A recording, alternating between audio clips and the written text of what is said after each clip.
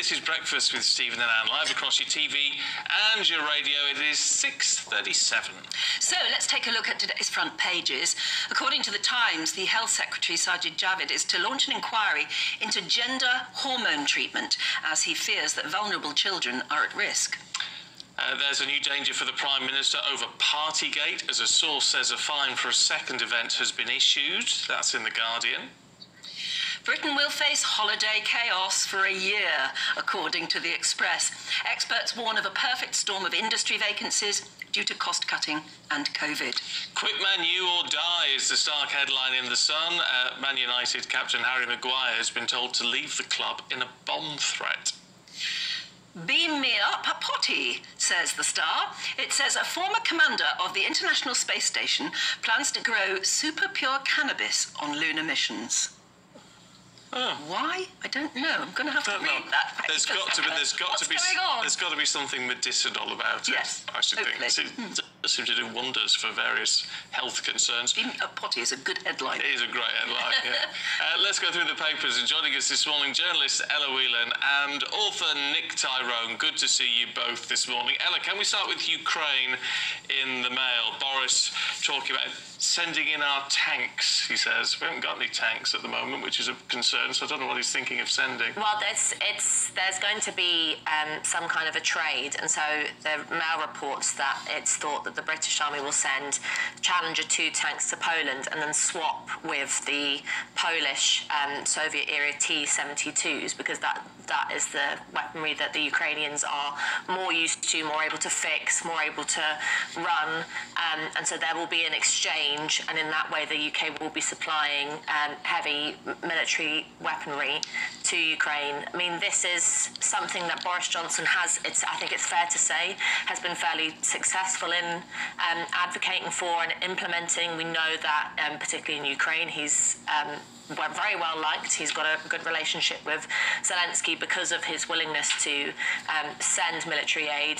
That's in, and the Mail kind of details what kind of aid is being sent from countries across the world, and that's in stark contrast to the German Chancellor Olaf Scholz, who has been let's say, at the very least, reticent to match the kind of aid that the UK has been sending, because he's talking about the fact that he still fears the prospect of igniting a third world war because of the increased involvement of NATO nations in military aid, which is not an insignificant concern. Obviously, I think anyone sensible will be listening to some of the stuff that Putin has been saying of late and understand that that's not kind of a made-up fear. That is a possibility.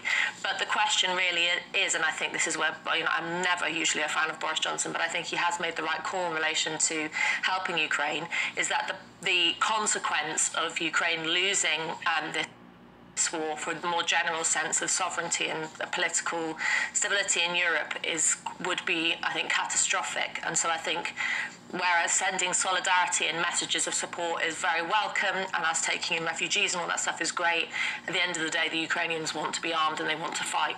And especially if the war goes on for another year or maybe even two, because clearly they're going to need more and more weaponry, aren't they? Which is what which is what Putin has been saying in the last few days. That he's basically outlined: if you think I'm going to stop anytime soon, you're wrong. I'm not.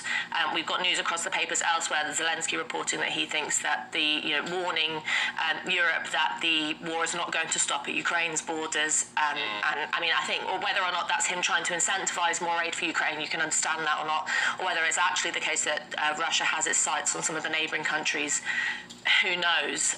But definitely I think that anyone who thinks that this is just a war in Ukraine and that it's just isolated there, and I can understand lots of viewers would feel quite war-weary at this point because it's something that's happening elsewhere.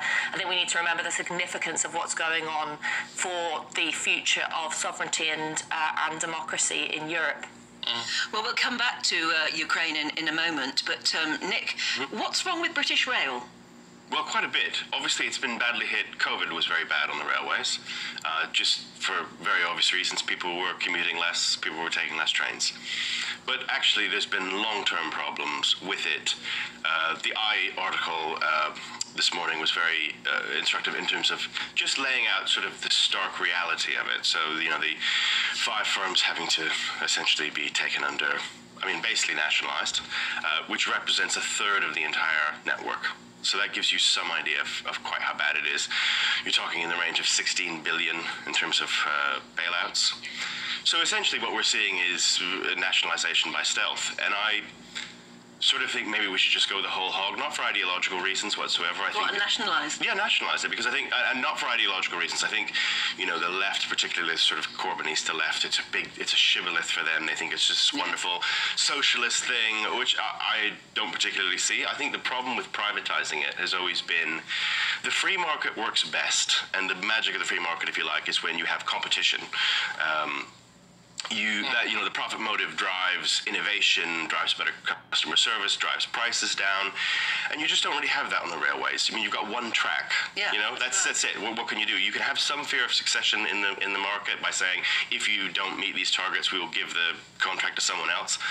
But in a sense, that's that's not that different from having a national service anyway. Well, except, there is an argument to say, isn't there, that when it was British Rail, the timings were terrible, the punctuality was terrible, the rolling stock was terrible, so there just wasn't any investment. At least there has been investment since privatisation. Yeah, but the trains still don't run on time, and everybody's just, We've got a comfortable seat to sit in.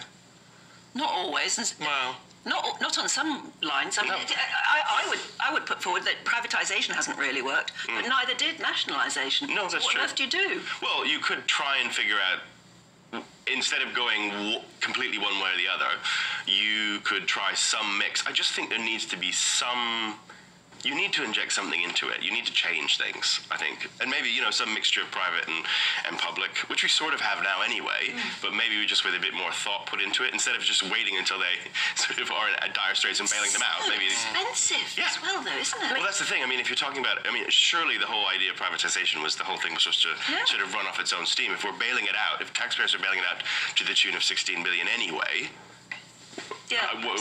where's the benefit? It's also the case, I think that, it seems to me pretty simple, which is that you just also need more trains. One of the problem, and more drivers and more services, which is neither private companies nor the state are willing to fork out for. Why are people constantly waiting at stations for hours on end? It's not because, the internal workings of either how the market or the state runs it that's part of it, but it's also just put more trains on, build more tracks, have more infrastructure, which is not a very popular argument at the moment when everyone seems to think we should be dealing with less. But couldn't you do that easier? If you nationalise more of it? I'm really not arguing this for ideological terms. I don't really mind as long as the trains run on time, and it's a resource. I don't mind. If privatisation had worked wildly, I would have been in favour of it. But if you're talking about more trains, if private companies are incentivised by the profit motive to do that, which they do not seem to be at the moment, what else can you do but take more of it under state control? We would have nothing to moan about if we didn't. No, that's true. That's absolutely true. We'd have the weather, at least. We could keep going about the weather, at least. Or the cost of living, Ella. Well, sticking on the theme of dealing with less, this is the most, talk about unsurprising news stories. Figures coming out that show that there is that confidence among shoppers are at its lowest level since 2008. I think a child could tell you that, because if you look at everything you've been talking about on this show for weeks, if not months now, about rising costs in energy, the people's wages not matching inflation, not nearly matching inflation, the costs of food prices going up, all this kind of stuff obviously means that people, when they're out on the high street, are not reaching into their pocket to buy that top for a night out, are not going to a restaurant with their families, are not doing any of those things that are the extra bit of spending that keeps high streets alive, that keeps a large section of the British economy going. Is there a sense, this is an opportunity, isn't it? You've got to see everything as an opportunity in business. For whatever area you're in, to pitch lower, to pitch cheaper. Yes, and I remember listening to interviews with some heads of business. I actually remember listening to an interview with the head of Iceland, who was saying that there is that incentive, but there are lots. It's not just a case that this will bring down higher costs in, some of the more luxury sides of the retail business. But then in actual fact, you have things like people who provide for the lower end of the income, like Iceland, basically having nowhere to go because you can't drive costs lower with food because importing food is getting more expensive from elsewhere, partly due to the war, partly due to other things. But that you kind of, businesses find themselves between a rock and a hard place. Either you accept losses or this whole discussion we had in relation to P&O ferries or things like that, which I'm not nearly defending, but there is, I think in particular, the issues with the British economy and the decisions the government have made of late have left lots of businesses with kind of nowhere to move. And the depressing thing is with lots of people with no space to actually enjoy life. So there's the food bank side of things, but there's also just the side of most people now don't have enough money to do a nice thing when they get home from work, and that's pretty depressing. Yeah, it is. Look, we've got to leave it there. Ella Wheeler, Nick Tyrone, thank you both very much indeed.